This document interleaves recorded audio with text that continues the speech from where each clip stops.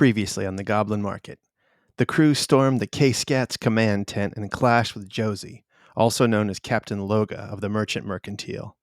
In the ensuing melee, they rescued Solicitor General Hyde, a stalwart half-orc, and Hicksaw, the determined goblin stalwart. Hicksaw revealed grim news. Only 12 Kybers remain in contract enforcement, and the entire mercantile network is nearly wiped out. In the wake of battle, the stalwart hatched a daring plan to seek out the elusive Monk of Chaos, who resides within the fabled Hotel Mechanic on the Astral Plane. How to get there, though, that's the problem. One plan involves diving down a well to find a loose cobble, which will open a portal somehow to somewhere on the Astral. Another plan comes from the revelations of the milk of the stag, the goblin god that has been channeling his power through Zagat, the crew's trusted chief. The whole crew shared a vivid vision, probably mostly metaphor, of a frantic run through a mist-shrouded forest, scaling a towering mountain, all to reach a mysterious tome known as the Frost Seeds. Hicksaw revealed that he holds a copy, tucked away in his own library, accessible only through the secret recesses of the Espionage Mercantile. The Monk of Chaos, they believe, will unlock their true potential, enabling them to stand equal to Viber, Josie, and the Merchant Mercantile rebels. Yet new mysteries loom. Where is King Bodum? Just how fractured is the market? And what does it truly mean to unlock a goblin's chaos? Find out this week on the Goblin Market. To the river they tread, only to be swept on. Morning and evening you may hear the cry, candies and berries and baubles to try, sweet to the tongue and sound to the eye, but heed words of caution when you then decide to come by, come by, come by, come by, come by. Just beware the goblin. Hey, everybody, and welcome back to the podcast. You're listening to the Goblin Market on the Dungeon Dads Network. As always, I'm your DM, Tom Blaylock, and I'm joined today by Tim Carr, who will be playing Ebus the Kyber. What's up, Tim? Yo, how's it going, Tom? I mean, are you ready for this? Maybe. I'm doing my best not to railroad you. A solid maybe. Yeah. I'm doing my best not to railroad you, but I definitely have a way I want you to go. But I will roll with anything. John Watson will be playing Dinfa, the Marketeer. What's up, John? I just drank the milk from the stag. The milk from the stag. My bad. Gross. Dude. I mean, you weren't jaying him off or anything. He did have nipples as well. That's all I'm saying. Sorry, Sam Jesus. Frank, the embarrassed Charnak the botanist. Listen, I don't know if I was tired or what. I don't remember any of that stuff happening last time. Messed up. You definitely drank the milk of the stag for sure. Just a bit, just a small amount. Just a taste. So we're going to get started. I do need you to tell me, just in general, if you're going to do one of these two plans, none of them, do something else. Who stays with you now is dependent upon how you answer this question. I'll just give you that. So give us a refresher. We can go to the bakery and jump down a well. Yes. Or we can find a book that will take us to a saloon.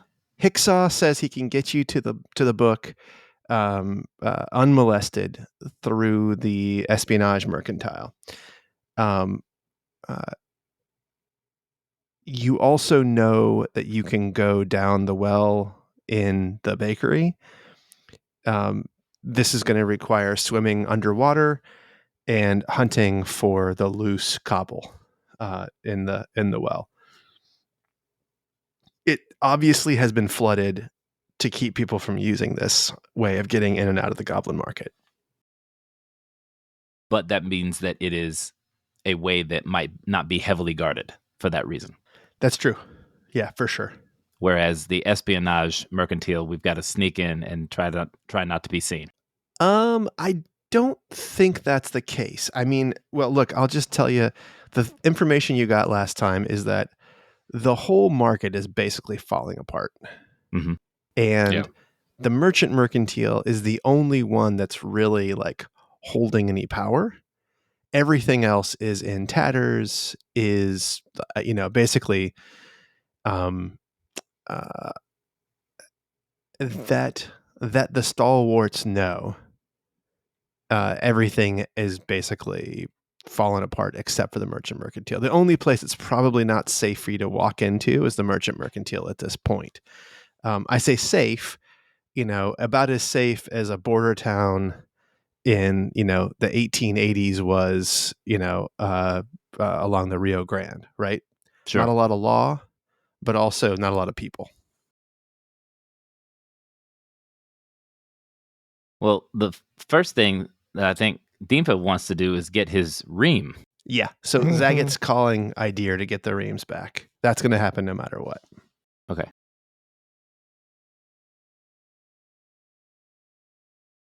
What do you think? Which way do we go?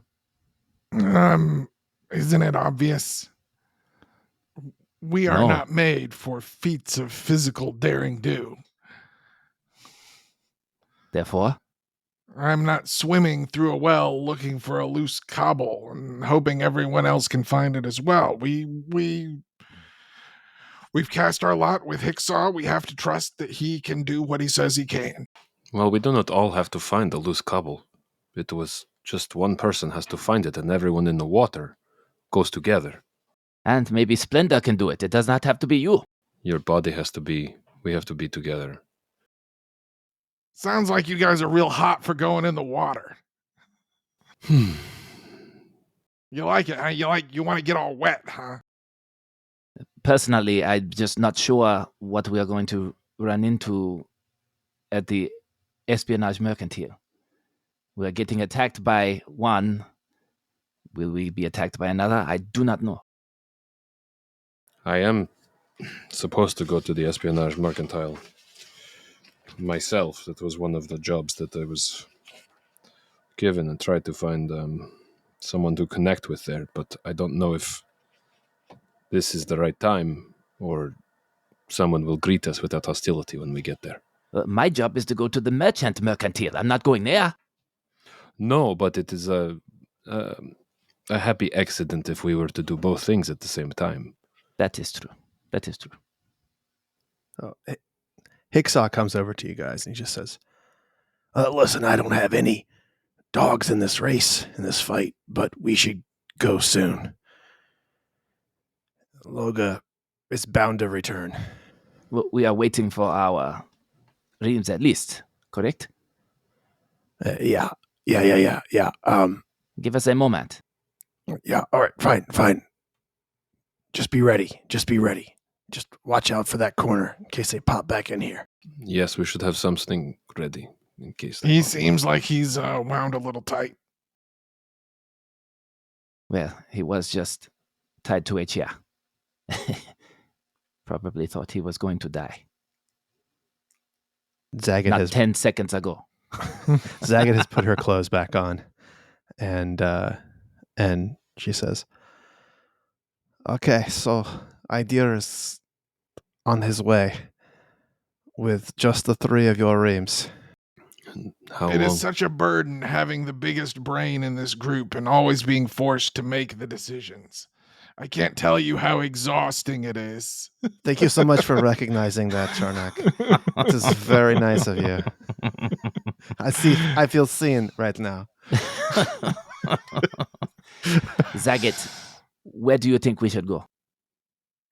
You mock, but where would you be without Charnak the botanist? It does not matter to me. I will just tell you that my worry is,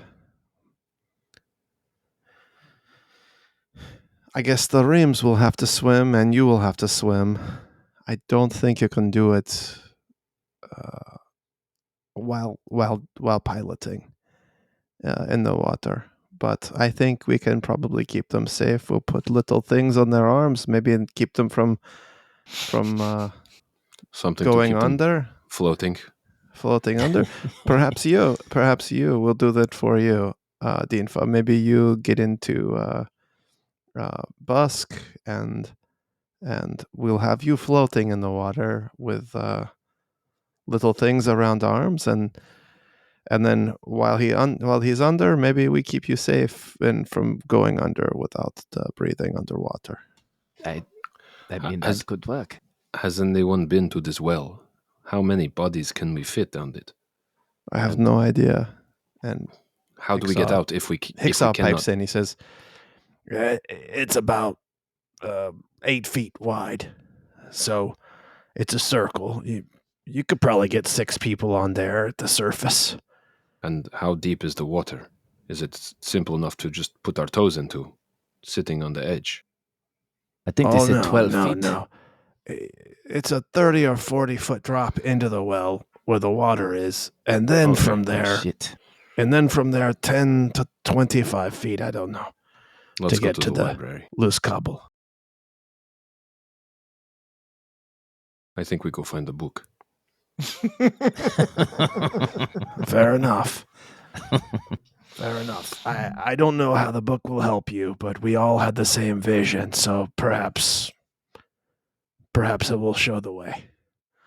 It will be very funny if it has a map drawn to the well, huh?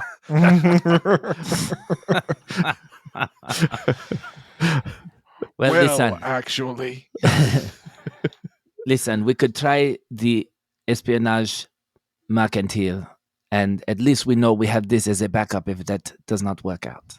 I mean, I was in espionage before, yes. That is my home house. And we are okay. We are welcome there. Well, no one is welcome without, at least some kind of guide, or that's what I will be. Things are very bad everywhere, though. So just keep your heads down, have your weapons ready. Guys, I have just completed the quest. We have someone connected with the Espionage Guild. I don't even have to go there. Let us go to the well. Very well. If it's the well. Either way. Why do you need to connect with someone in the espionage mercantile? I don't remember. You just need to make a contact there. You just need to make a contact there. I know. Yeah. I just thought that was funnier. Yeah, that's good. All right. Well, just come this way with me. We'll head to the stalwart tent. I am fine with either the well or finding the book. I agree. I do not know what the book will show us, but I do feel there is some connection to the stag that may be useful right now. I'm just hoping we can change our mind every 30 seconds for the next half hour to an hour. While Just we tell me wait which for way the- you're going to go. You While going we to go wait to the well, for the buddies. well Yeah, or we're going- library? Well. We're going to the We're well. going to the espionage mercantile. Okay. All right. So when you walk out of the tent, when you walk out of the case cat, Ideer is there with your reams. So Splendor comes up to you, Charnak, and says hello, and same thing with Busk, and same thing with Davman? My ability to do Davman, sorry. violence has Yes. been seriously compromised without you. Tom, real quick, you said we had a couple of healing potions. I didn't, but you can have them. Yeah. No, you told can- us- No, you told us said that we he- each got 2. He handed us out. That's right. in- that's right. in Sorry, the tent, you each yeah. got 2. So they're regular healing potions. So that's 2d4. That's correct. 2d4 plus 2. All right, I'm gonna take one real quick. You gotta quaff that. Yeah, I'll keep one and take one. Okay. All right, 6. I'm Nice. going to put one. That's with 8. with the 8. You get, so you get plus actually. 2 as well. Yeah, I rolled the 6. I got 8. I'm going to hand one of mine to Davman. going to hold on to one Okay. with Ebis. You guys were missing hit points? No, I'm not drinking them. Oh, okay. Deanfo was. Yes, I was missing Yeah. hit points. Damn you. So you get so you got it's the three of you plus your three Reams plus Zagat plus Hicksaw, and Solicitor General Hyde is coming with you to the stalwart tent, and Ideer is hanging back, and you sort of see him doing something weird with his rock pebble hands, and you see him, he rolls into a rock, and then he disappears. And Zagat like looks back and goes, "Oh, I'll never get used to seeing that. It's so gross." That's how he travels through the plains, and yeah, it's very weird. He needs rocks to do it.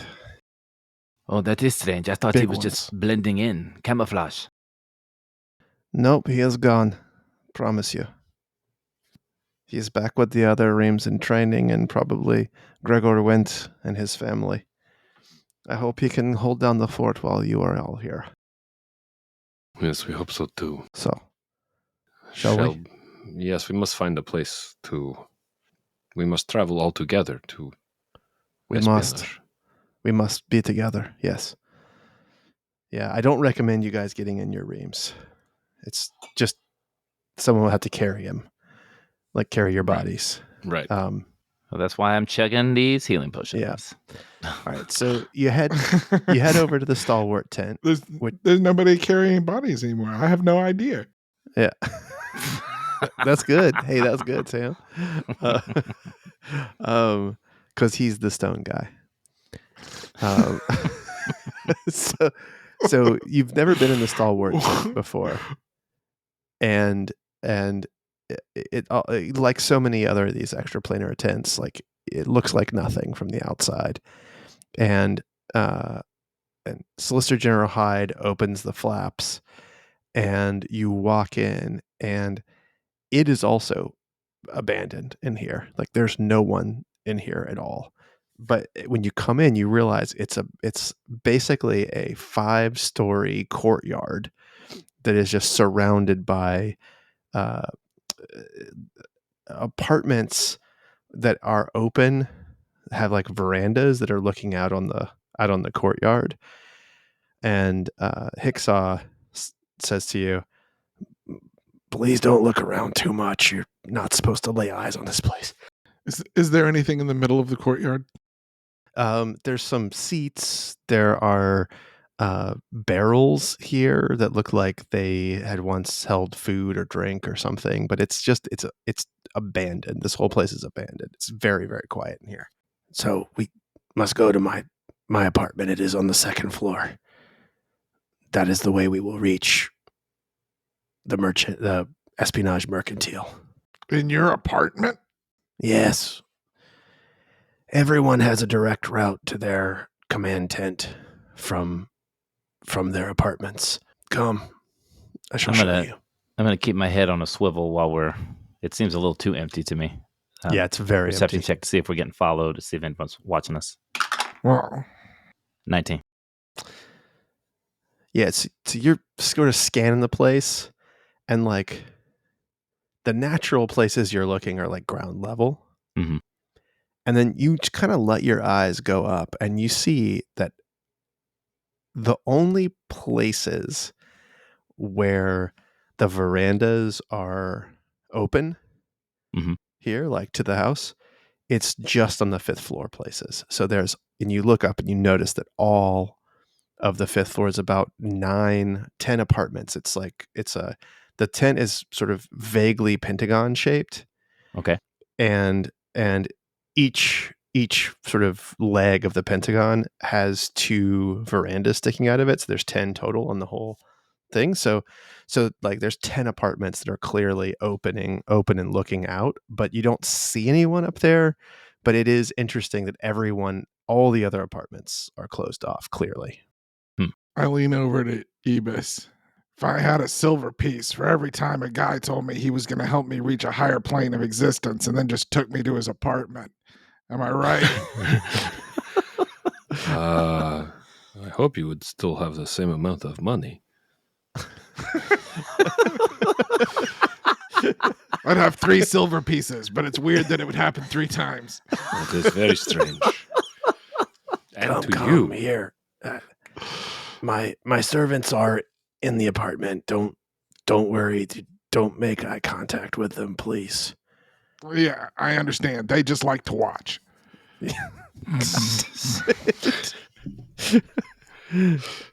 So he gets to his door. You're not fooling me. I'm going in with my eyes open. He gets to his door and he knocks 4 times, but it's in a pattern. It's something like this. Something like this. And You got a note for that, Tim? Yep. And so there's a couple of moments there, and then the veranda, you hear like something being moved off the door, and then the veranda door slides open, and one of the people who is inside, it's a drow, and he has he's got something covering his mouth. It's like it looks like a silk tie that's tied, and it's like almost like a gag. And he opens the door, and Hicksaw looks back at you and says, He was a wizard. I cut out his tongue. Chernak looks at him and says, he just shakes his head. Nope, too easy. And the Hicksaw's place is not as nice as you probably would have imagined. It's it's large inside, but it's one large room that has no real sitting area. It's just a bunch of large pillows sort of spread across the ground in the living area, and then there's a kitchen that sort of is off of that, and there's another drow who also has his like mouth is tied with a silk black scarf or something, and then there's 2 rooms, and he says, That one's my study. Come, let's go. Well, this is through the bedroom is where the door to espionage is. That's where we're going to do the espionage in your bedroom. Yes. I feel like there's something else going on, which I'm not aware of. You have some etchings you want to show me that are in there? No, but I do have my statues there. Do Ibis and I need to leave? No, you want to come too. Trust me. Everybody come this way. and he Desmond, walks. keep your eyes down. Stay close. Guys, I'm worried this is getting a little too easy. I have a question. Is it too late to say that we've done our rituals to move into our reams, but not put ourselves into the reams? Yeah, of course. From this point on, if the day has started and you haven't lost concentration, you've done the things with your reams, unless you don't want it, All right, you heard the man. Everyone, come this way. Yeah, and so he's got a rather large closet that's in his bedroom. He opens it up, and it's You've been spending a lot of time in here, huh? Yeah, it's 2 big double doors, and on one wall of the closet are his clothes that are sort of hung and also folded. On the other side, there's a large couch in here that's facing this other wall, and the wall has paintings of nude men, like just covering the wall. And there's 2 statues that are, one is a half orc male and another looks like an Azamar. And they appear to be wrestling nude as well. And he looks back and says, Nah, don't judge. This is my special sanctuary. Wrestling fan, huh? Yes, I like it. I like all of the martial arts. Come. and he gets to the wall that has nothing on it. Oh, I'm gonna. Not yet. Do not come. Do not come. I'm gonna come. That video has to go in the references for this episode now. Yeah, You're gonna have to make sure you share the correct video. the correct Yeah. video. I can't search for that one. Sam, you're in charge of This one's on you, Sam. It's on you. Yes, this is totally Sam.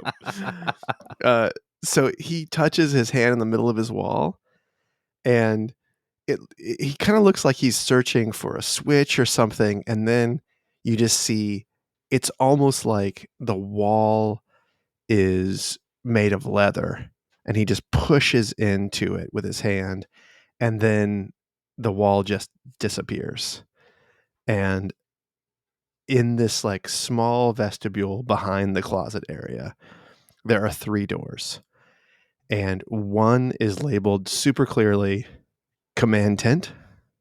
The next one is very clearly listed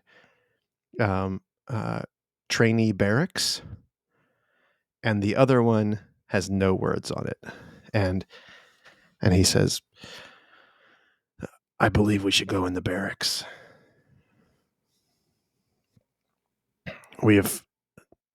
Our command tent was well defended here. I assume that the command tent will be well defended there. I think the barracks will be empty. This is your show, Hicksaw. Very We're well. just the passengers. And the barracks is where we will find this book. No. We have to be in the espionage mercantile, and he picks up something out of his hand. Looks like a little piece of chalk. Then he's going to This take is- us to another apartment. He says, this is how I get into my library. And he walks through the door to the barracks, and you can see inside there's nobody in there. And he says, come on, let's go. All right, Splendor, you go through first. I'll watch your back. Dinfa and Busk walk in side by Yes, side. very well. Yeah, I will. Since Davman is so much shorter than me, I will kind of shuttle him the way you shuttle a little kid. Like you walk behind and you keep your hands like on their shoulders so that you're, supporting them. Nice. Walking into an unfamiliar environment. Yes, I'm not very well suited to adventuring, but as long as it remains in the realm of strolling, I shall be sound as a pound. So he walks in, he pulls this chalk out, and he just says, make sure there's no one looking. Just check over there. Make sure there's no one in the loo. Over there also, make sure that the commissary is empty as well. Just let me do this really quick. All right, I'm going to look. Yeah, of course you are. So with this chalk, he draws a door on the wall, and he looks over at you, Dinfa. I guess you're the tallest. Yep. And Busk is. He looks Well, over at Busk, and he kind of goes up as high as he can with his hand and sort of draws it across. It still only gets about 4.5, 5 feet high. And he draws a little knob on it, and he says, the big one, you're going to have to stoop a little bit. And he draws a series of symbols on the outside of this door, and then he knocks with the same knock he did before. And the door, all the lines begin to glow in green light. And he reaches down and he can see that he's grabbing the knob that he had drawn with a circle, and the door opens, and it is a library on the other side of this thing. He says, come, hurry. Close the door quickly. Busk squeezes Why are his way you- in. Are you worried about us letting in the living as we go into the land of the dead? We are not going in the land of the dead. Oh, you have not seen that story performed. Okay. I have not seen it. Come. Yes, you too, Busk. You big one. Come. And he closes the door behind him, and you can see he draws a big X where the door is, and then the door just disappears. And And he goes over to his stacks and he starts like leafing through things. And he says, agriculture. Okay, this is for the astral plane. Wait, do you remember the name of the book? Frost seed. Yeah, frost seed. Oh, here it is.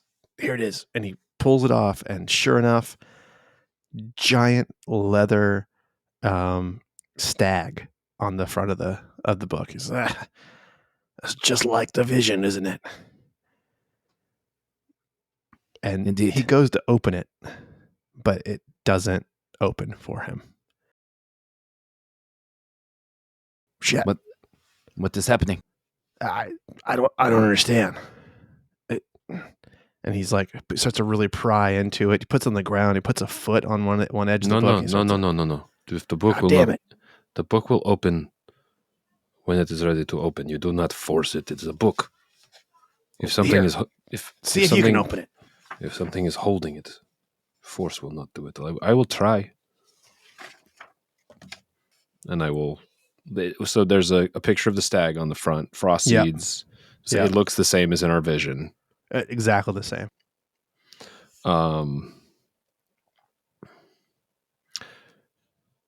And it's closed like hard, where like the books, like the pages are basically like as close to smashed together as they will be. Yeah, they're smashed together. You can still feel, it's not a machined book, so there's different, like pages are sort of out a little bit more. It's like they're it's not perfectly cut like a not perfectly like cut, a modern book, right? That's right. Okay. But it is definitely, it feels sealed shut. So I will try to open it, the normal way. Okay. Just try to open the cover. All right. So it doesn't work. You can give me a strength check if you want to force it. I don't want to force it. Okay. I'm going to give it like a regular, just see if it's just like it needs to be the right person. Yeah. Nothing. And then I'm going to try just moving a finger onto various parts of the stag and seeing if it's like touching the horns of the stag as I'm opening the cover. If anything, just sort of releases the resistance. Yeah. What, you're just going to start poking at it? It looks more like sliding my finger around the cover, like almost like reading Braille. While he's doing that, I'm going to do an Arcana check. Okay. All right. I'm going to see if I understand anything about the magics involved here. So Tim, I'm going to give you a sleight of hand check. Sure. Just to kind of like you're following it. You're just like really carefully following the outline of the stag. And then give me an Arcana check for Charnak. 8. Wow. 0 sleight of hand. Holy shit, guys. I mean, because I'm doing it as Ebis. I'm not doing it. If I was in Davman, this would be a whole other thing. Yeah. So like, Deanfa, you see that the two of them are just, I mean, they are going hard. You're doing it wrong. You're doing it wrong. This book. Charnak is trying to get around. There are magics at work. Move your finger. I can't see. I can't see what I need to see.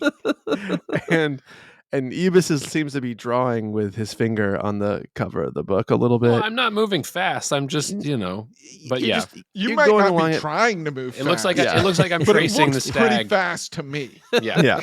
I imagine it looks like I'm tracing, the picture of your middle school crush, kind of like slow, that kind of thing. But it doesn't matter. But I will gladly hand the book off to Charnak and be like, I told you, I don't know, but I don't think you should have to force it. So you are welcome to try. Well, I mean, I have clearly seen these kinds of magics before. Clearly. Have I seen anything of these magics before? I don't think you have before. So, all right, then I want to check to see if there are any sort of physical. I'll do an investigation. I want to investigate the book. Okay. And see non-magically, is there anything keeping it from opening? All right. Give me an investigation check. Ooh. Natural 20. Hell yeah. Okay. There it is. Which is there a 25. Okay. So I had in mind it was going to take a 20 to get the next thing. You're going to get the whole thing. So you are turning it over in your hand and you realize you're hearing something inside of it. This thing is not a book. It is a box. And when you flip it one way, you realize that the binding on the spine is sort of puffs out more than you would expect. In a place you can definitely get your little fingers in there, and you slip a finger into the spine, and you feel a button on the underneath the leather binding, but along the spine. Yeah, I push it. All right, so when you push it, the first 40 pages or so are just regular paper and sort of flips open easily, and you quickly realize that there's a cutout in the center of these pages. And inside of it is it's about the size of a cigar. And it is a piece of ladybone that is basically a holder for a long piece of charcoal, which has been stuffed into the ladybone. So it's sort of like in grade school, a chalk holder that a teacher might use to write on the chalkboard to not get their hands white. Mm-hmm. So there's that, and then the thing that it's hitting against is a looking glass, a rather large looking glass, and so both of these things are inside the book. I pick up the chalk holder with the ladybone case, and I toss it to Ebus. What do you want me to do with this? You caught it? He got Yeah. it. No roll necessary. Next time you need something figured out, just come to me first. And then I'm going to hand him the looking I'm sorry glass. if I made you wait 30 seconds. Good lord. All right, you're gonna hold and give him the looking glass as well. Yeah. Okay. And then I go, that was a test. Give him back to me. Just kidding. We are all integral members of this this unit. No one more important than the rest. Or so they told me in my team building training. All right. When I look in the looking glass, what do I see? It's magnifying things by, if I had to guess, if you had to guess, things are 10 times the size as they are. So not like a mirror, like a magnifying glass. Yes. Okay. And if you move it away from the book more than 3 or 4 inches, it's just too blurry to see anything in there. Is there something tiny in the book? I think your eyes are better than mine. I will look. What do you want me to roll? I've got a investigation. Okay. Who's holding the ladybone right now? You gave it to me, didn't you? Yeah, I thought he threw it to Okay. Ebus. All right. So give me a perception check or an investigation check, one of those, whichever one you feel most. It's the same. Actually, no. Perception's better. 16. Okay. So you're sort of, tell me what you're looking. What are you looking at? So I'm gonna kind of look at the cover of the box, and see if there was a detail that was missed, with the magnifying glass. Yeah. Okay. And basically see if there's detail work there that is not apparent at arm's length. You look through. A 16 is really good. You look through. You feel fairly certain after looking around the book, the outside of the book, the inside of the book, that there's nothing. You can see everything fine. Okay. And nothing sort of stands out to you. 1 second. I don't see anything. Jigsaw, what do you make of this? I don't see anything particular, but do we think this is magical, or do we think it is just the physical tool? If Which thing? What are you asking if it's magical? That's Ladybone. That's bound to be fucking magical. Everything is Ladybone is magical. But wait, this is your library, right? I've never seen these things in my life. I had the book. I knew what it was about. I swear I've read this book before, and I've never seen anything hidden inside of it. I can cast Identify on it, but it'll take a minute. What are you going to cast Identify on? I mean, I would cast it on the magnifying glass, but I don't know if that would help. I could cast it twice, but I don't think we have the material components, if that matters. Fucking obscure shit. When they We're in the pulled Goblin Market, baby. We got everything. we can got find pearls stuff. laying around, expensive pearls. Sorry, John, what'd you ask? I give you a whole pearl necklace. While he's kind of looking at it and thinking about, while Evis is thinking about whether or not to identify, Deepa's going to look around the library and see if anything strange happened when the book opened, when the Ladybone was pulled out. Okay. Is there anything weird going on in the library? Okay. Give me a perception check 25. Oh, man. Here's the tricky thing. The DC You're was looking 26. around. You're like, this is just like, it's just fucked up. Like, you've never been here before. Everything seems like it's in order. And then you have this thought. And this is your clue. Maybe you ought to examine the Ladybone. There's something strange. He says he's never seen it. We need to take a close look at the Ladybone. Well, why would there be anything on the Ladybone?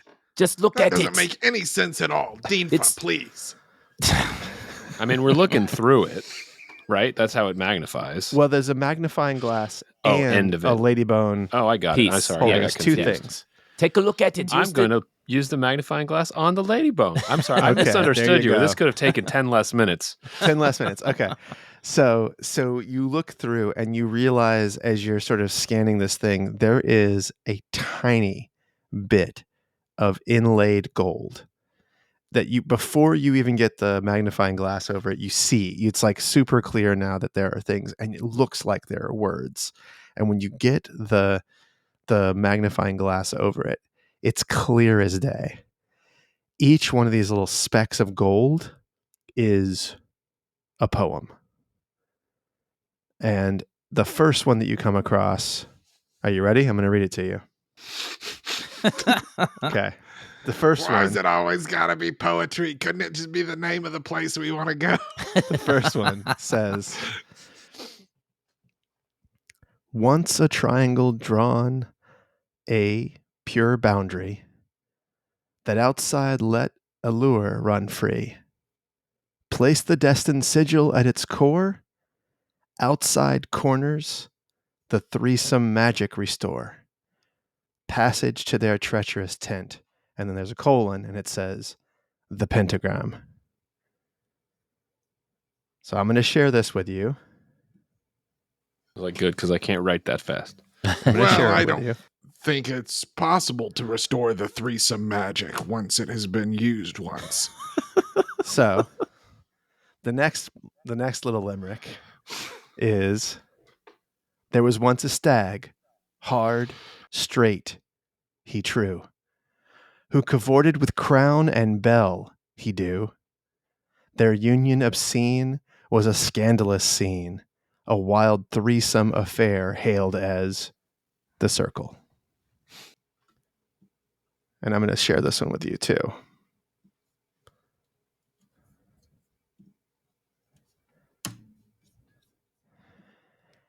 And the third one says, there was once a coal, pink and unique, that beckoned the whispers antique. On a wall, scratch a door, let your magic pour, unveiling the lore of the square. I really thought you were going to start that one. There was a man from Nantucket. I know. It's really the rhythm just got, it was right there. Well, it is a You limerick. know- They're all three are limericks. If you take the first letter of each line, the first one says ot pop, and the second one says twatwa. It's a unique I'm gonna- approach. So this is a hard one. But you've read it out loud, and Hicksaw says, it must be a door drawer like my chalk. So for some reason, we need to draw a pentagram, a circle, a triangle, or a square? I don't know that we need to draw the triangle. It seems that each one has the shape at the end. Zagat says, let me, 1 second. And she looks and she says, okay. A limerick. The rhyming pattern is AABBA. Yes, but not for the second one. The last line is wrong. Baba. Circle doesn't rhyme with He do. straight he true. The square doesn't rhyme with pink and unique. No, and pentagram does not rhyme with free. Pentagram doesn't rhyme with pure boundary. And they do not rhyme if you transpose them either. No. Let's see. Oh, look, this one. There once was a coal, pink and unique. She says, that's must be this thing we're holding. You're holding, Ebus. It was coal. Okay. We can That yes, beckoned with whispers antique. Okay, I see that. On a wall, scratch a door. Well, Let let us your try. magic pour. Shall we try scratching a door on the wall, much like Ixo did before? Yes. Or make a door?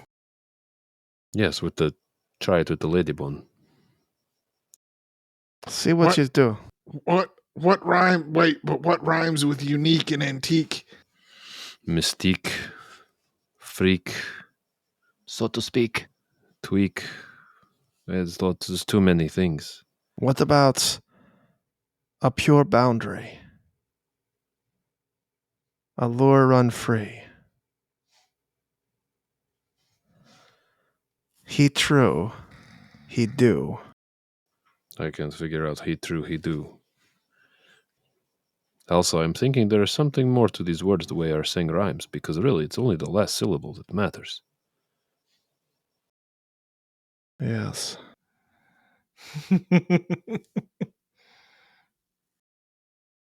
Okay, so what could be once a triangle drawn? We are still trying to reach the astral plane, yes. I love that Tom has to pretend that he's confused about these two for us. And All right. what is the destination from the vision? The destination from the vision was the book. No, but The saloon? The saloon. Mechanic. The saloon is like a hotel. Charnak, I would have found that brick in the well by now. Yes, perhaps that would be you less would of have drowned. I less of a saved mystery. your life. You're welcome. All right, give me a history check. This is Anybody? a passive history check, but it's still a history check. I'm going to make an active history check. Are we all? 18. We're all doing this? 24. Okay. All right. I don't need to do it. So you guys are going through this thing. So the only thing that it's like it hits you, this is for both Charnak and for Dinfa, is that the oldest iconography in your market is stags and circles. And it feels like there's something to this. Like you're just trying to like rack your brain around this this second poem, and I'm going to read it to you one more time. There once was a stag, hard, straight, he true, who cavorted with crown and bell, he do. Their union obscene was a scandalous scene, a wild threesome affair, hailed as the circle. And Zagat says, what did you say the name of our house was before? Jeru. Jeru. I was looking for it, and now I have found it. Have you found it, Charnak? Yes, we go to Jeru, we do. Straight and true. Ah. Oh, so wait. What's the other one? Once a triangle drawn, a pure Now, boundary. I'm going to take some liberties with rhyming here, but I would have to think that Pink and Unique, Whispers Antique, will take us to Mechanique. Oh my goodness, I bet you're right. This poem is genius. Whoever wrote it is really doing wonderful things for us through years and time and space. And And I'm this trying first to, one, was the first house someone we have not Avery? encountered yet, perhaps. The Azure A Foundry. pure Azure boundary. Foundry. Foundry. Azure Foundry. Oh, Boundary, Foundry. Yes. Allure run free. It's actually the whole thing. Blue, Azure, Foundry, Allure run free. Pure It's right there. Boundary. It's right there. It's all there. So It really depends on whether you say foundry or foundry. okay. So Perhaps it would have benefited from more of a romance apostrophe DRY boundary. So depending on the shape we draw, we end up in a different house. It seems like there's even more to it than that. These things can't just be that. There must be more. These things are too well constructed, and they are so tight. The clues are just one after the next, clearly in here. They're so tight. All right. It's so hard. Our objective is to go to Mechanic. Yes, to the hotel. Sure. So shall we experiment with this rhyme? It seems the simplest thing to draw. Scratch on the door, It and seems- then is- draw a square. on the wall, scratch a door. That sounds to me like you trace a door with a sharp edge. Or are you saying we find a door on a wall Let's see. and then draw a square? On a What do you say? wall, We don't draw the square, we draw the door. scratch a door. Wait a second. Does that mean if we want to go to Jeru, we're gonna have to get hard, wear a crown and bell, and have a threesome? I think No, wait. you're thinking too much into this, Charnak. Let's No, he's not. He's very thinking right. please tell me he's He's- thinking wrong. I hope. But there's other reference to threesome. Outside corners, the threesome magic. Restore. Once a triangle drawn, a pure boundary. That outside, let allure run free. This sounds like a euphemism for the market. Listen, place the destined sigil at its core. Do you So think some- we have to draw a triangle on the door? I don't think And there's then- anything about a door in this I poem. believe I would assume that is the ritual for approaching the Azure Foundry. I would Oh, agree. so you I think- said draw a triangle. We would draw a triangle But that's not where we want to go right now, is it? and But put a what does this pentagram in the center. Pentagram. True. Well, we should experiment with that when we are ready. I agree. We should draw the square. Can you find it? Can you find a door or draw a door? Inside his row. I'm pretty ready. The threesome discussion has got Charnak all ready to go. Well, I just want to be prepared I think there are 8 of to us here. facilitate transport. Is there a wall space? There's plenty of wall space in this Okay, place, I mean, yeah. it's a library. I didn't know if it was all bookshelves on the walls. Yeah, so yeah. I will. I'm going to take the lady bone and essentially not hard, but trace. Yeah. With the lady bone as if it's chalk. Basically, do what Hicksaw Well, did. and so there's actually charcoal inside the ladybone, so you're actually drawing in black on the wall. Okay. Yeah. All right. So you draw the door. You draw the handle of the door, and it's still just black lines. Let your magic pour. What do we need to cast? Do Do we you think it draw means a literal square? magic, or maybe it's like your metaphorical? Your magic. So touching the You handle, gotta let drawing, it pour on the door. touching the handle. It's not. It doesn't become tactile. It's It still doesn't just become tactile. No. Did you draw a square on the door yet?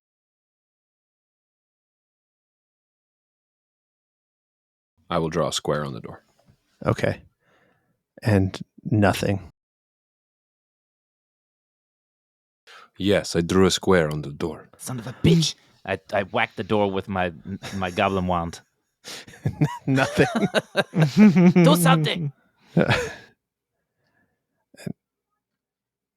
Hicksaw is just like, yeah, usually there's some kind of activation sigil or runes or something. Here, if I draw this, and he draws a thing, and he makes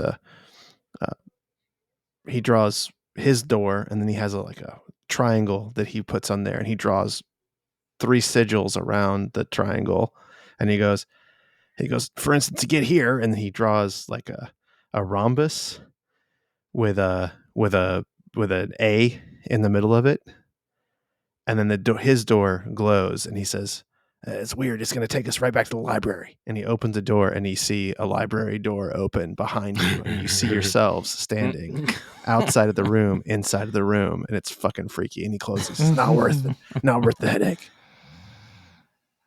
So, do we know any rooms like this? We must. It's some sort of whisper. I don't know. Should we write our names at the different corners? What? Well, no, it says... No. It says, once a triangle drawn, a pure boundary. And then down it says, outside corners, the threesome magic restore.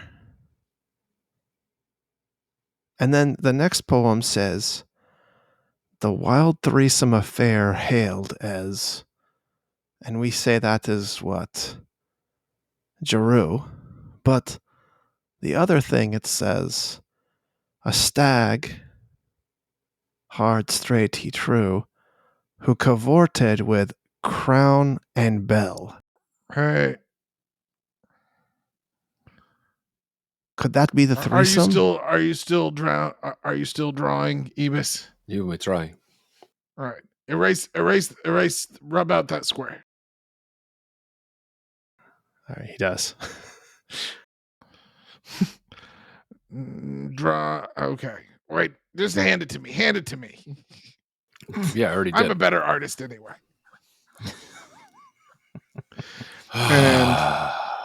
And Charnak closes his eyes, takes a deep breath. He has to go very high up on the wall because it's very short. And he draws a triangle. And at the top point, he draws a little crown. And on the bottom left point, he draws a little bell. On the bottom right point, he draws a little stag. And in the center, he draws a square. And purple lights begin to shine from your shapes that you've drawn. And then he tosses the charcoal back over to Ebis and then blows on his fingers like they're hot. Stop throwing things at me. Jesus, Charnak. What if I don't catch it? Just keeping you on your toes, Ebus. But it's not doing anything. It's just glowing now. Glowing is doing something. You can't say it's not doing anything. It's just glowing. Was it glowing before? Fair enough. I'm gonna. It's not gonna do anything, but I'm gonna cast light from my hand and put it on the sigil. It still is purple. And if I touch it with my hands, nothing happens. I mean, you can feel sort of magic, like reverberating on there. Can I say, where are we trying to go? We're trying to go to. We're trying to go to Mechanic. Are we trying to go to Mechanic from here? But can I whisper that in? Can I whisper Mechanic? Yeah, whisper it. Mechanic. Who are you talking to? God damn it. Can I say it in Goblin? Sure. Wait. I put my hand on the door. Wait, which door? The glowing sigil. The sigil is there, but you scratched out the door. Oh, come on. I just already. scratched out the Well, he square just in the scratched middle. out the square. Oh, the I door thought you was there. scratched He out the just whole scratched door. out the square. You said erase that whole thing. No, so he just did. the square He in the said middle. erase the square. So we'll retcon this. If you have a door already, then it's all glowing, and you can grab a handle. Oh, okay. That's why we were Because I had a confused. really good idea. Oh, okay. It still wasn't working. All right, I grabbed the handle and I open it up. Okay. So you open this door up, and it opens, and you can hear Hicksaw. He just like sucks in air, and he says, "Oh my God, it's the astral. Look at that shit." And there's floating rocks, and there's light coming from sort of everywhere but nowhere. It's this like sort of dim purple light that seems to be just everywhere. There's no sun, but you can see everything just fine. And just outside of the door that you've drawn, you see tents like everywhere. I mean, they're on floating rocks. Some of them seem to be like floating of their own accord. But you can tell this thing, it's all abandoned. It looks like it's been burned. And then in the very far distance, you see a glowing green fog and a building in the middle of it.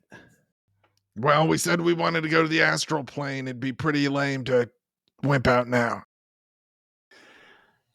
All right.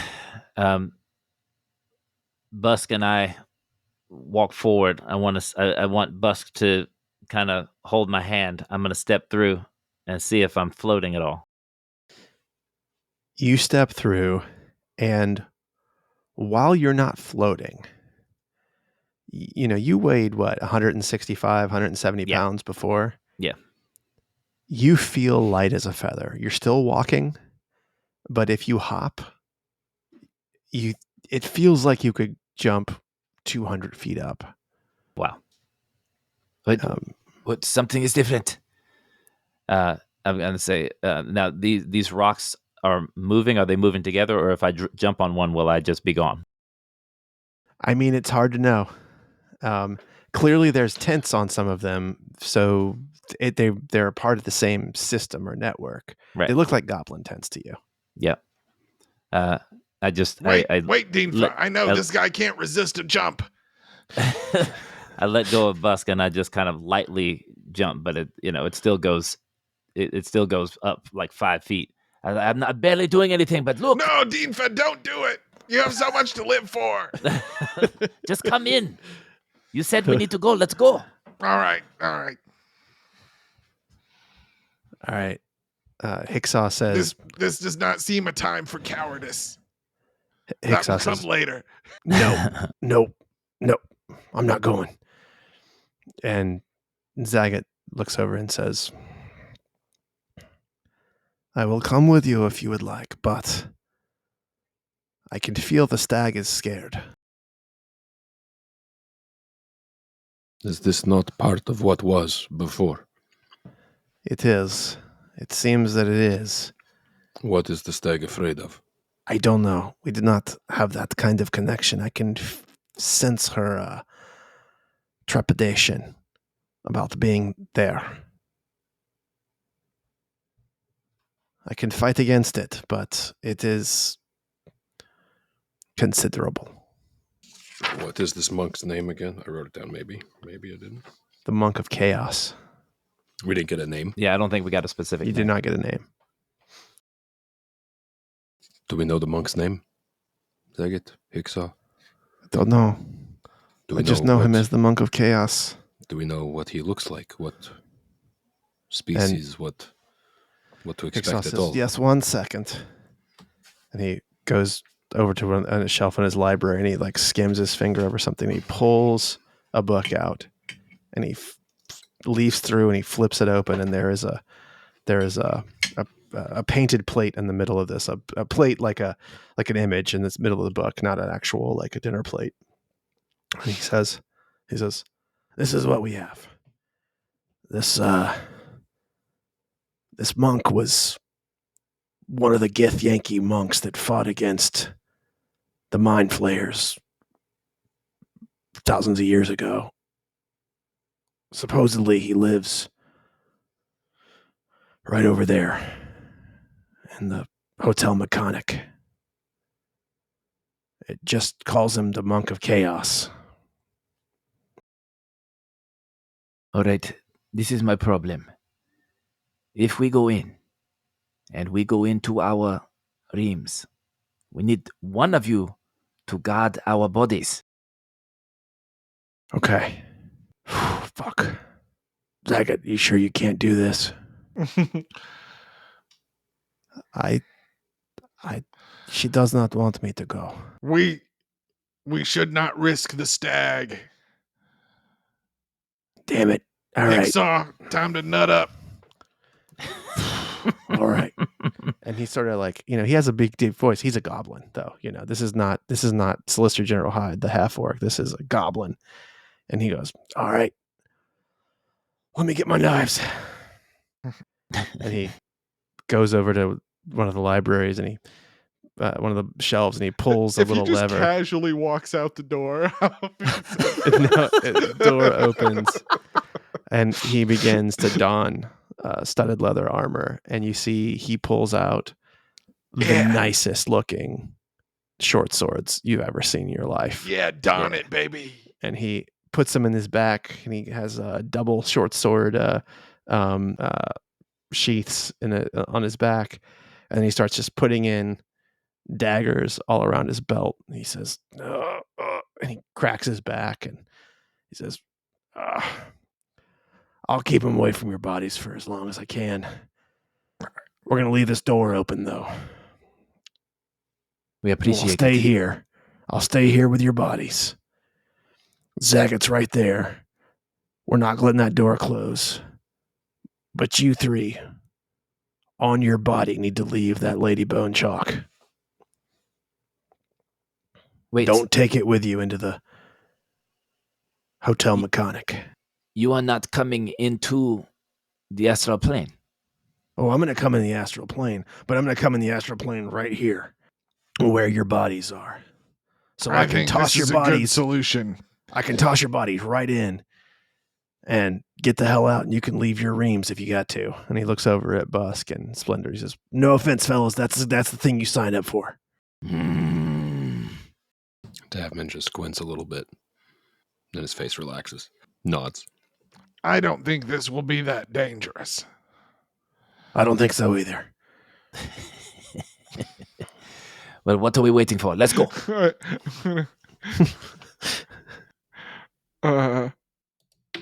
Dean and Buster in. Charnak rolled a natural 1 on his deception check, which turns it into a 0. we all walk through the door and It's we're gonna like, be a walk in the park, Splendor. we all walk through the door and we're like, Charnek, you're still not out here. Gonna be real easy. And Just gonna- and Zagat says, wait. Here, come here. And she touches each of your heads, and she touches the heads of the Reams, and she touches the head of Hicksaw, and she says, you should be able to speak to each other in your mind now. Testing. I heard it. Yes. I feel like I should be licking a frog right now, and that makes me sad. Yeah, please don't think of her yet. We'll do our best. We'll figure out what happened to H, but just do your best out there. Come back alive. Don't leave without we getting will. And then Charnak falls unconscious. You get up as Splendor, right? No, he just falls unconscious. Stretch the legs. Ibis sits down. I feel like I jump like 200 feet straight up. Ibis sits down, and then you see loses consciousness as well. Before Dinfa goes in, he says, "You said do not leave without what? What do you say? Don't leave without getting the goblin sorceries unlocked inside of you. Do whatever you have to do." All right. And Dinfa sits beside Ibis and then falls on the ground. Okay. All right. You guys gonna make your way? We're looking for. I thought the monk was like an olive-skinned human with black curly hair. Apparently not. Oh wait, I was thinking of the monk of law.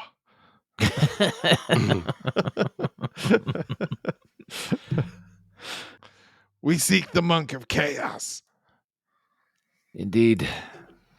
Busk jumps toward the building. Okay. Wow. Yeah. You eat up like 300 feet per bound. Hooah! Hey! Come, my friends. He will be intolerable if he gets there first, Ibis. Run and jump after him. Okay. All right, let's feckin' go. You know how difficult it is when he thinks he's better than everyone else. No, but I know how difficult it is when you think you're not better than everyone else. Let's go. I might just let you win, Devin. I might just let you win, Charnak. All right. So you guys are bounding over as you're jumping over this abandoned goblin market here. You see that they are actually real tents. These are not, and they don't seem to have ever been multiplanar areas. Like it's just real tents. Like you can open up the flaps and it's just you can open the tent flaps inside. and see what's inside. It's been a long time since there was anyone in these tents. So it's not like there's still artifacts or anything like that in there, but it definitely is super eerie to see something that looks so much like your goblin market, but is also so foreign, just sitting out in the astral plane like this. And you bound over, and you arrive to where the green mist is. And you realize that the mist is not actually mist. It's magical lanterns that are set up in a perimeter around the hotel. And when you get to the green lanterns, like you feel it almost like it's searching you, this light that's here. And there's a moment when you're pushing through it, but it almost feels like it's holding you back, and then and then you can sense that these lights have adjudicated you safe, and they let you pass in. And you are now standing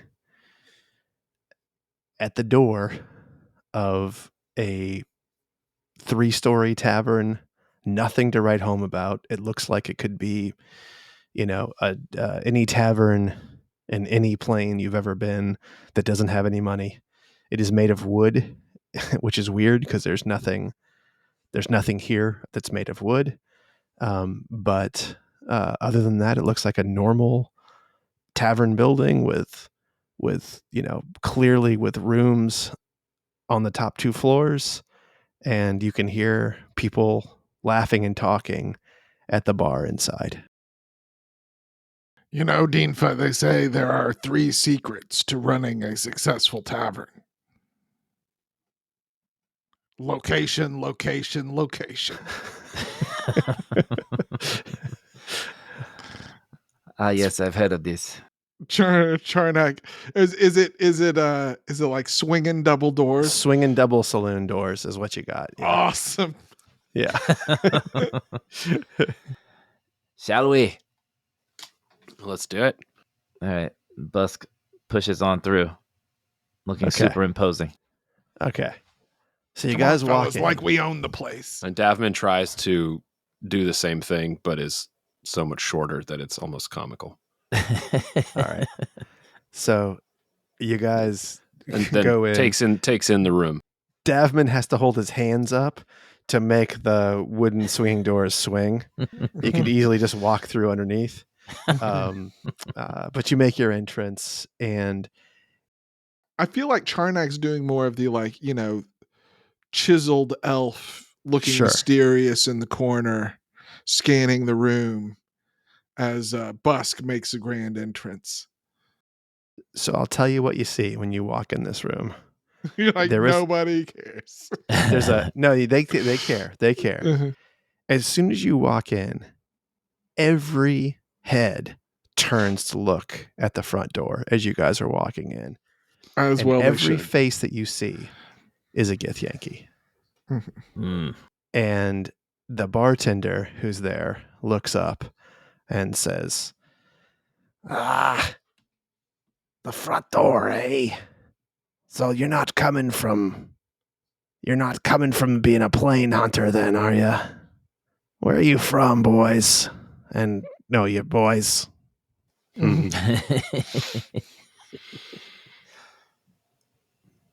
Diva just says, in my head, what should we say? Ebus, you do the talking. No, but what should I You're say? the only one of us who's good at it. I was going to say Jaru, no? Just, Fuck it. I don't think it matters. We're thirsty. We've came in for a drink, and we come from Drew. He laughs just, "Yeah, all right. Yeah. And I come from the center of the universe. All right, man, whatever. Keep your secrets to yourself. Fuck you. What are you drinking? Whiskey, ale?"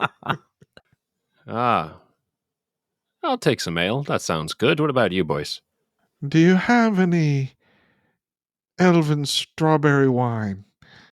"Oh, absolutely. Let me get you some. I'm just trying to stay in character. And how about for Whiskey. you tall drink of whatever you are?" Whiskey. "All right." And he puts down 3 identical cups and pours liquid out of the same bottle for all 3 of you. And he says, "All right, that'll be 2 copper." All right. Do we even have coppers? Yeah, Probably you have not. coppers. Do we Give have him coppers? I was going to say, I drop down a gold and say, keep it coming. Yeah. I have no money on any of my character sheets. That's fine. We don't We'll need it. hand wave We're money. in the goblin market. It's all Exactly. script. Exactly. We'll do the copper. It's fine. 2 copper a piece or for all 3. A piece. Yeah. So 6 copper. No, you should ask him if it's 2 copper a piece or for all 3. 2 2 copper a a piece. piece. That's 1, 2, 3, 7 copper, please. I dropped down 5. That'll do. I'm giving you horse piss anyway. So seriously, what brings you guys out to my little shop over here? In my mind, I'm like, listen, we had milk of a stag earlier. This can't be any worse. Now I'm trying to remember exactly what our specific purpose I know. is. I'm like, shit. Why are we in here? Well, You're looking for the monk. We're looking. I was gonna say, but do we just want to say it? We're looking for an old friend of ours. Oh yeah. Yankee fella. And he looks around. He says, more specificity would be nice if you want a little help finding him. Is the bartender's gift? Everybody as well, is here. Everybody's Gith Yankee here. Mm-hmm. Can I give a description from the sketch we saw? Yeah, sure, yeah. Although, am I just like, he's got pointy ears and sort of a flat nose, dark hair? Totally.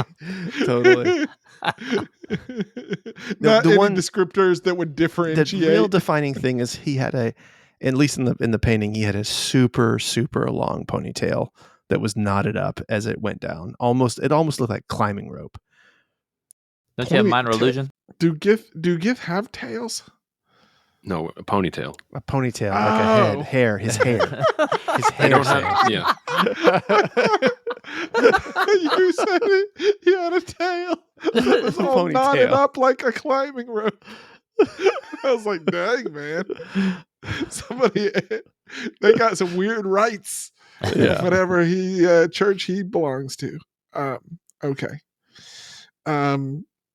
How is the hair of the other people in the tavern?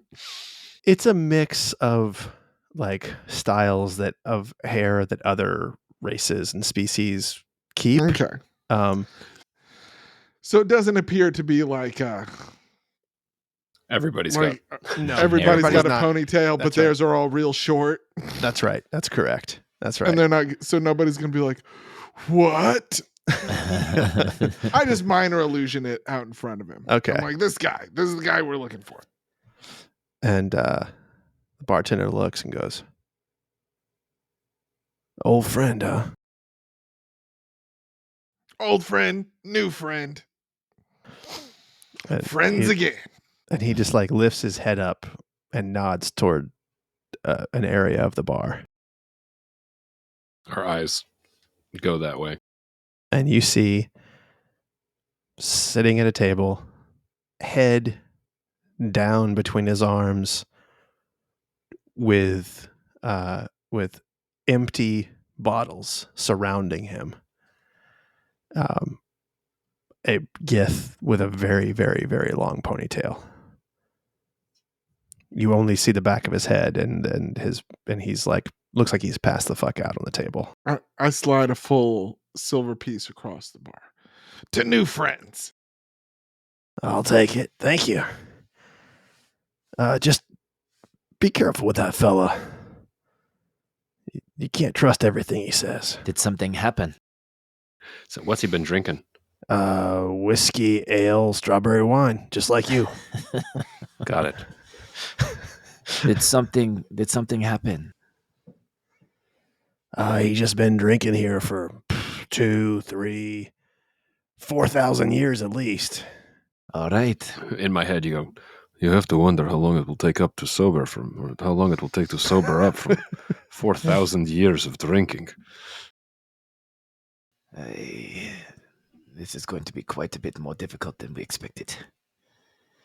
Perhaps, or maybe easier. Who knows? Busk is going to walk over. Evis, you go. Yeah, people like you. Busk is going to walk over. Pat him on the back with a drink. Oh, Busk knows drinking. Yeah. Yeah. You touch him? Yeah, pat him on the back. Okay. Hey, friend. Give me a dexterity saving throw. Yeah.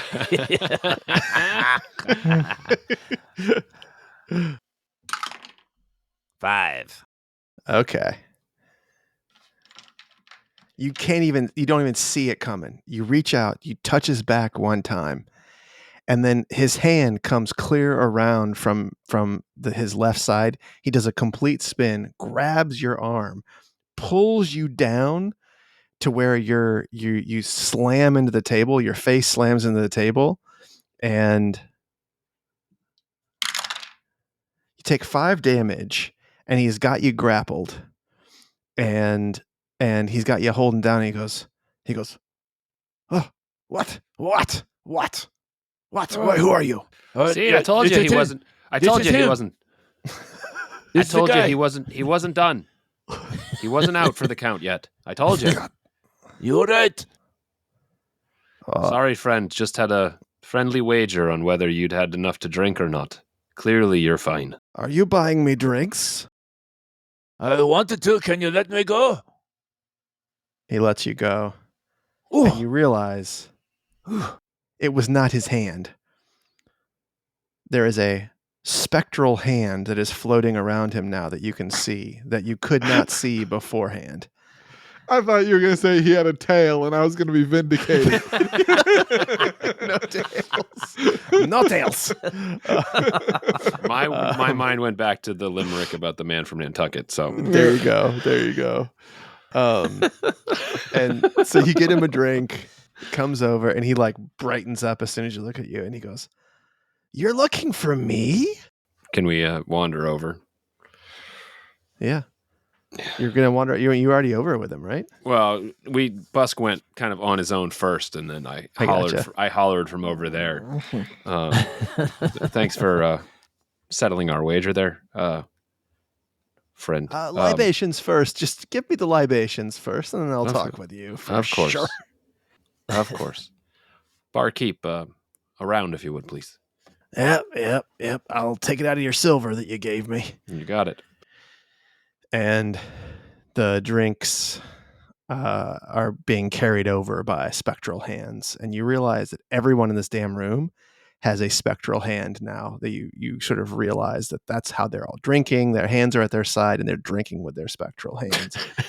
and the big bottle floats over, and he watches it with his eyes open as a spectral hand pours back into his cup, and he says, "Ah, wanderers, thou hast sought an audience with the arbiter of chaos incarnate, moi. Behold, my mane, long, knotted as the twisting paths of fate. Ask any questions you have for me, and I shall answer true if it behooves me, but fear not. The chaos now stacks up against me, and I cannot lie, or else I disappear under the weight of it. I shall remain quiet, rather than further indict my own self." I know you, arbiter of chaos. Your name cannot remain hidden from me. Tombo Blaylocky. I go by a great many names.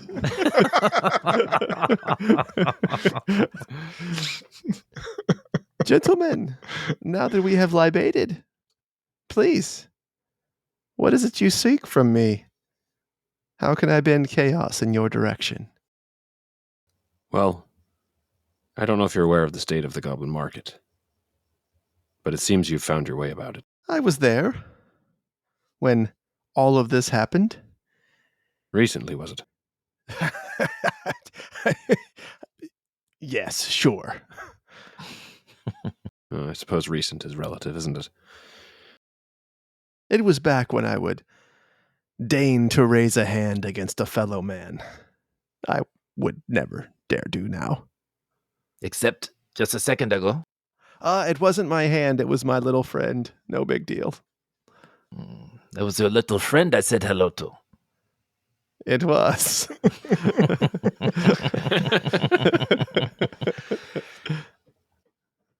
What happened to Oh, be careful. You might want to get that gash on your face checked out, or else it will leave a scar. I'll be fine. Do not worry about me. I'm curious. Can you tell us about the market that you know, that you remember? Yes, I can. For a price. And what might that price be? He looks you guys over and he says, You see, in the hallowed alcoves of my sanctum, I perform an art most eldritch. By mingling the virile essence of mortal seed and blood with scintillating shimmer of arcane crystals, I conjure slods into being.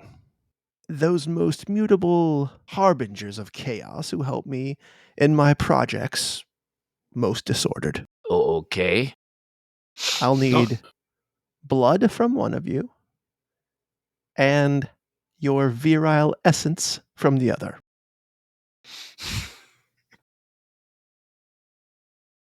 That's a stiff price for such Bullshit. I told you I would only remain quiet if I had a lie to tell. Fine. I'll tell you my story for another libation. That seems a price we can handle. All right. So what is it you want to know? Where the houses?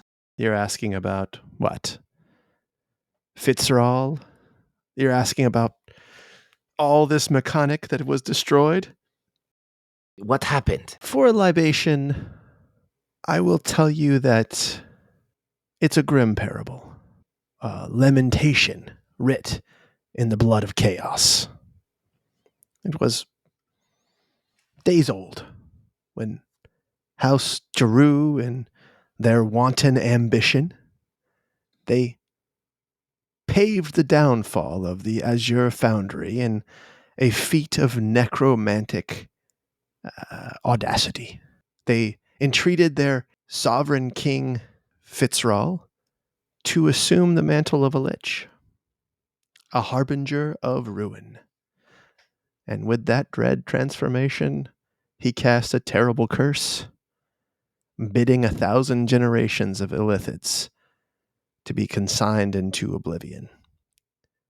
The only illithids in the entire universe that were spared were those who had, in perverse necessity, embraced undeath themselves and had become illitholiches. It was the grievous extermination ever wrought in the annals of chaos. Now, I have more to tell, but I will need the seed of your virility and some blood. How about another drink? I'm not so parched as I was before, but I do have a couple of slotty who are expecting to live on this plane here in the not too distant, and that will require some outside energies. You have an elf sitting right there. Oh, yes. Oh, no. Let me be clear. I will need seed and blood from each of you.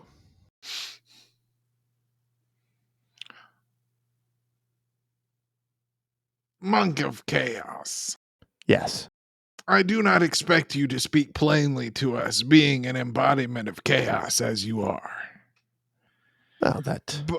But makes I sense. believe that we are participating in a kind of ritual here. You have been drinking for 4,000 years. Another drink from our purse is not a boon to you. It is a symbol of our supplication and open hearts. By the radiant accord of the celestial sphere, the inexorable tide of destiny doth bestow its favor upon that proposal. And I also believe that you will not give us the aid we seek unless you truly believe it to be the most chaotic option. It seems you have spoken to someone who is verily intact mentally. I have indeed, and that person is me. Interesting. When you walked in here, you had my eyes, but now you have my whole attention. And yes, you could make us cut our arms and jerk off into cups, and it would be funny for you. And It would chaotic. indeed. But what we seek more than anything is the reawakening of our goblin sorceries. Huh. The goblin markets, as they exist now in other planes, are destroyed, scattered, leaderless. On its surface, chaotic. But in actuality, the most boring kind of heat death. That is very sad.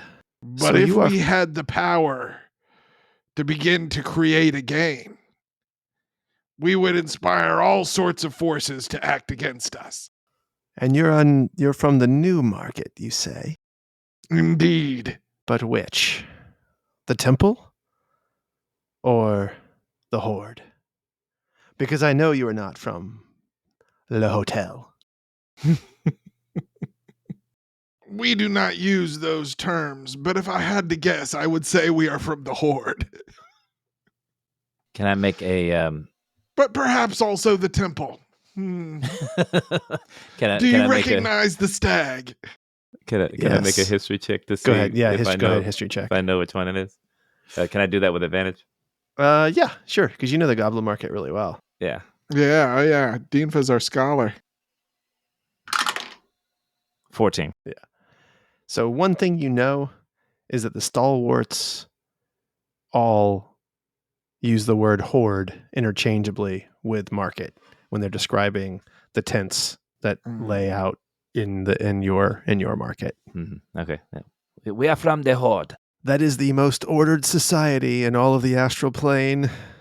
This is very difficult for me to agree to, but perhaps this.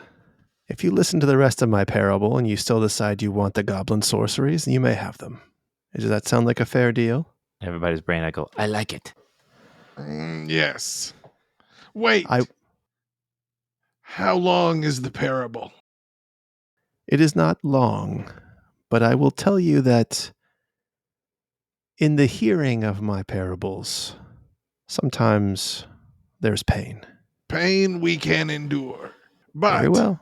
a story longer than, let us say, 10 days Oh, would be incredibly inconvenient.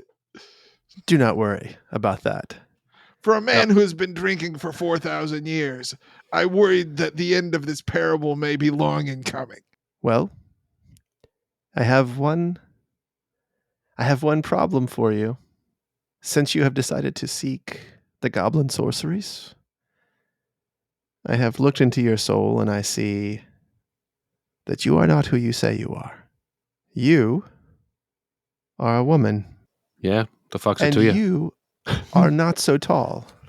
And you, I'm not sure you would bring the chaos to the goblin market that you say you would, but I'm willing to try because your two companions seem like they will bring the whole operation to its knees. It seems like we've already brought some chaos here, just to make it extra fun. Well, if you want the goblin sorceries, I will need to give it to you, your actual person. Oh, It The will actual not person. unlock with these meat bags, which you now steer. but the parable's verbal, is it not? Oh, it is. But I will need to be within touching distance of the real you. Well, first off, I take offense at this terminology. I consider this to be the real me. Very well. And yet, if you feel like you need the other meat shell as well, we are not in a position to bargain here. We are at your mercy. Are we? Let me tell you what will happen when I unlock this. You truly will be free of your meat shells. Truly. But you will still need a home. A place to come back to.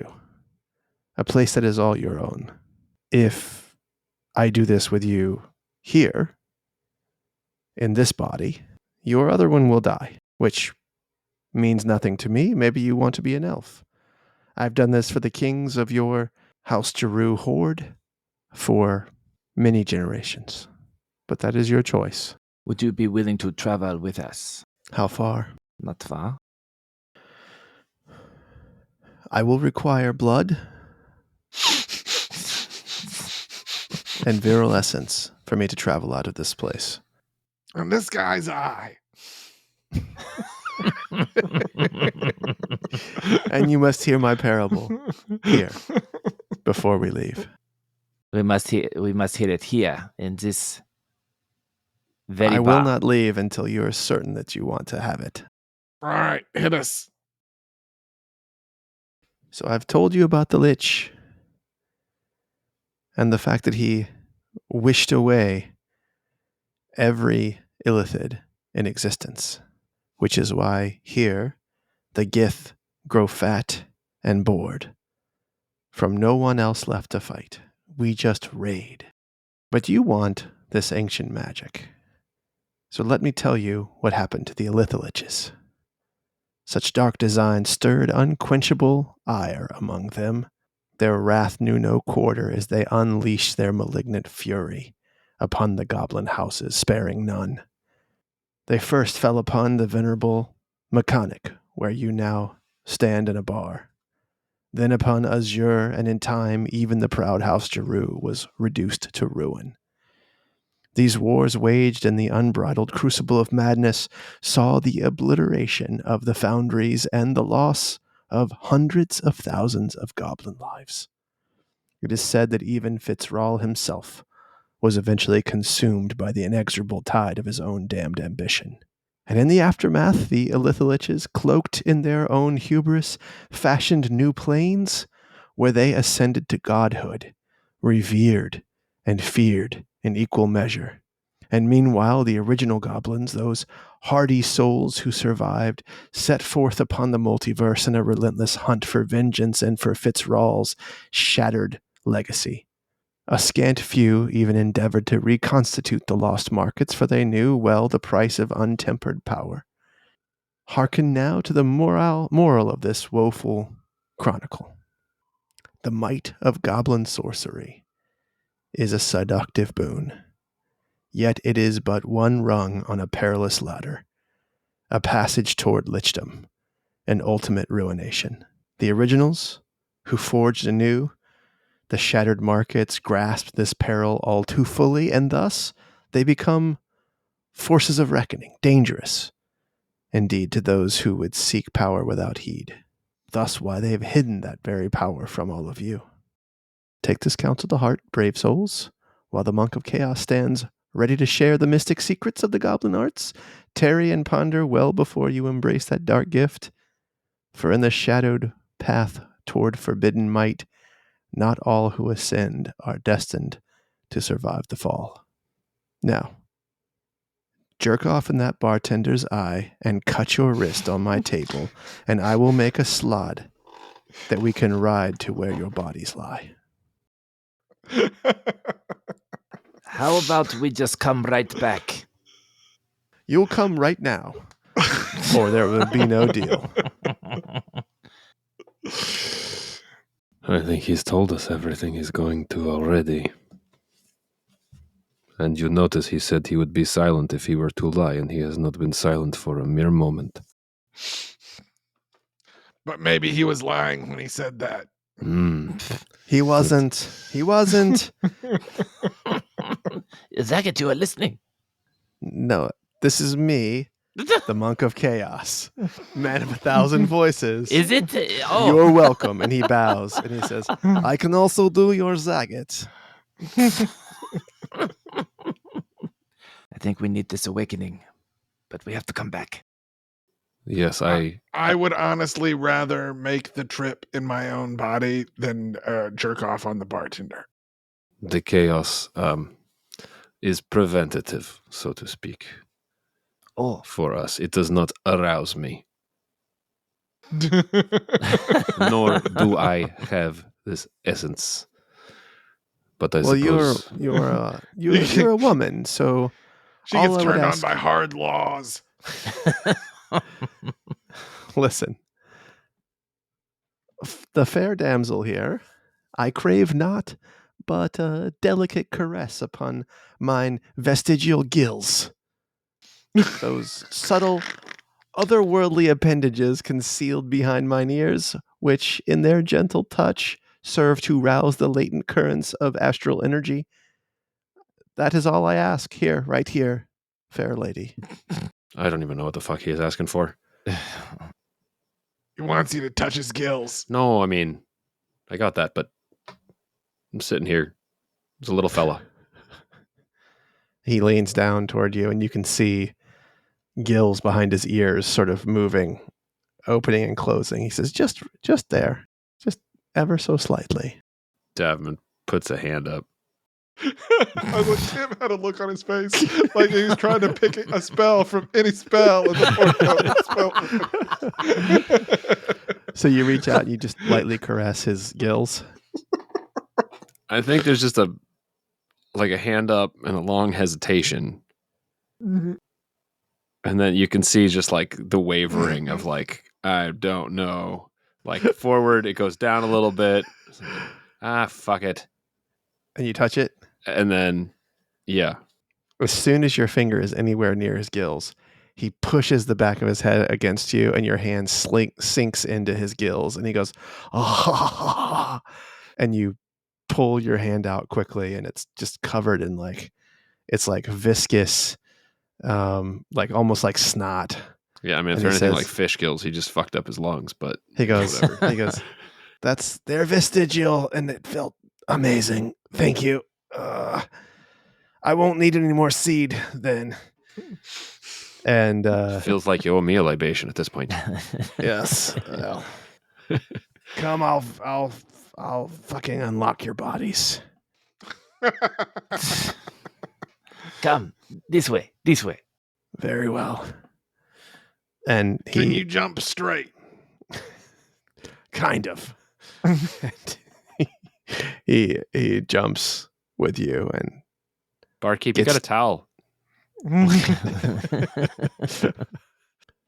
right. Spectral hand comes over with towel. Yeah. Yeah. So you get back to your bodies, and Hicksaw's there, and he immediately draws his short swords, and he goes, should I bring the bodies in? Who is that with you? This is who we came for. Hang on. And Don't you recognize the picture? We have succeeded. Shit. You're bringing the them back? road was long and dangerous. We overcame many trials. Busk stumbles a little bit, and then Dinfa sits up and says, all right. We are ready. I am ready. All right. Well, it's not going to feel good, but it's going to be amazing. And all right, do it to him first. He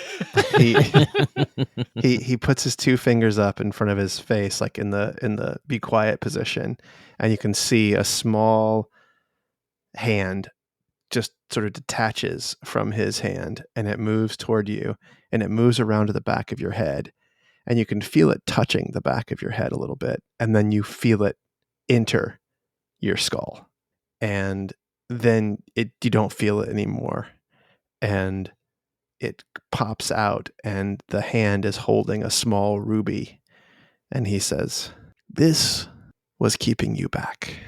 You should be unfettered from now on. Just be careful. You've already learned much of what it takes to become a lich. It's very hard to resist once you move down that path." Did I know anything about the rubies? No, absolutely not. So yeah, I've just got a very stunned look on my face. Yes. And then but I'm speechless. And then he sort of reaches in and he says, "May I, ma'am?" I switch bodies. Mm-hmm. And then he just looks I'm up. looking very closely also to make sure this isn't like pulling a coin out of somebody's ear. Yeah, right. And yes, the hand enters the back of your head, and it comes out, and it's got a small topaz rock, and it falls to the ground. And when this happens, you can see that your reams are they felt it when this happened. And then he says, "And how about you, little one?" Wonder what color mine's gonna be. And he pushes in and he pulls out a diamond from inside your head, and he Hell drops on yeah. the ground. He says, "All I can tell you is this gem connected you directly with your, what you call them, reams. Yes. So that's what they told you, that this would connect you to them, or that they gave your reams these things that would connect them to you. But really, they were shackles. You need not limit yourself to anybody that you want to take." Hey, Dinfa, you want to hear something funny? Mine started out as a lump of coal.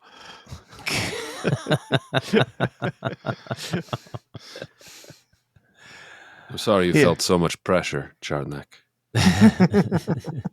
And then all that he hard looks, thinking. he walks over to you, Dinfa, and he grabs your arm. He says, "You think you are weak, don't you?" Well, I mean, weaker than that one there, pointing to Busk. "No, you're not. You're as strong as he ever will be. How? Here, let me wrestle you." And he falls back down the ground asleep, and you turn and you see Busk looking at you, and he says, "Come on, let's go." What? Hicksaw, keep your hands where I can see them, Hicksaw. I know Come this on. is exciting for you. Just be cool, man. Okay. Deanville doesn't even know about wrestling. He just kind of puts his hands up. And Busk grabs you, and we're going to do athletic checks against each other. Do you want me to use? What do you want me to use? You have exactly the same athletics check that Busk does. Wow. Do you have proficiency in athletics Yes. when you're in your controlled ream? Yes. What is your proficiency bonus? Proficiency bonus is 2. All right, so you have exactly his strength, but you have a proficiency bonus of 2, so you'll have +2 to your roll. So not what I usually have when I'm in his body. Well, you will, but they're going to cancel each other out. So I got you have +2 more than him. Okay. And I'll just hit strength. Yep. So that'd be 17. Well, yeah. No, so it's going to be 11 + 2, so it's 13. Okay. But you still easily avoid him. And he says, "Now you grab me." Oh, while they're doing that, I'm gonna take the monk's body. All right. All right. So you have to cast Dominate Person. Okay. So you have a casting of it here. I mean, don't we just sort of have that going, or no? We have to sort of redo it. So Shackles are off, baby. shackles are off. You're right. So yeah. So you can move it. So he has a wisdom save against your spell save DC, but Okay. he doesn't I have. imagine his wisdom is pretty good. No, because he's not in his body. It's just his body. So Okay. what's your DC on yours? 14. All right, so he has a straight roll here. Oh. So you're trying to move into him, and you can tell that it's just hard. You've never done this before on someone who is not your ream. And then Busk turns around as though he sensed that this was happening, and Busk kind of stumbles backward, and the monk gets up and says, "Yeah, very, very sneaky. I see that you're trying it out as well. Trust me, gentlemen, shackles are off." Yes, you are not the only one with an instinct for chaos.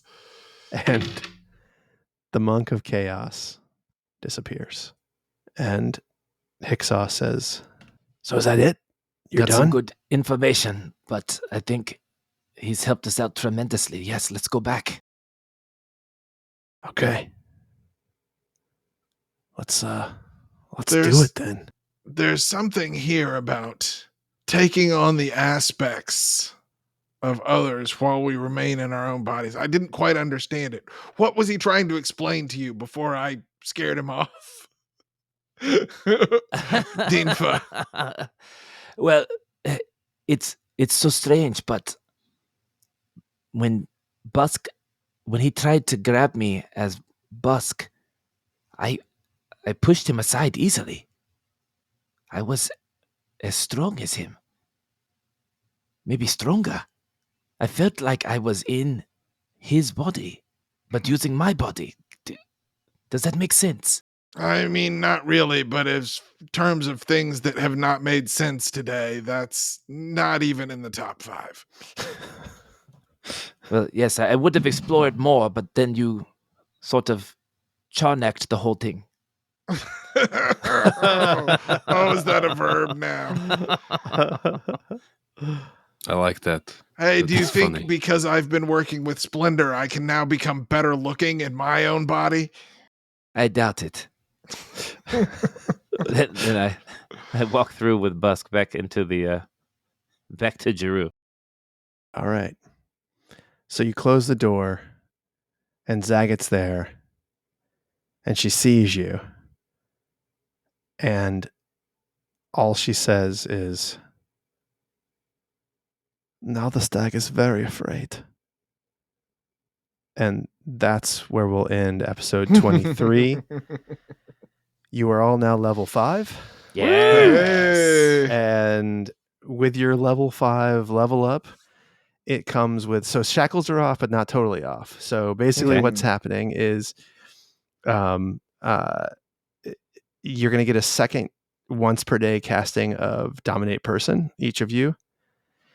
And if it's not cast on an attuned ream, the initial cast is 1 minute with saves every round. But a single success does not end that spell. So unlike the Dominate Person spell, if someone saves and you're kicked out, the spell's over. So you can continue concentrating on this. You can concentrate on your Dominate Person in your ream and a Dominate Person that you cast on someone else. But if concentration ends on if you lose concentration, you lose concentration on both of them. Got it. Okay. All right. So basically, we can carry 2 reams. Yes, that's right. That's right. Now here's the deal. Here's the other deal for this. If the person that you are dominating fails 3 saves, they can no longer attempt to throw you out until the end of 24 hours.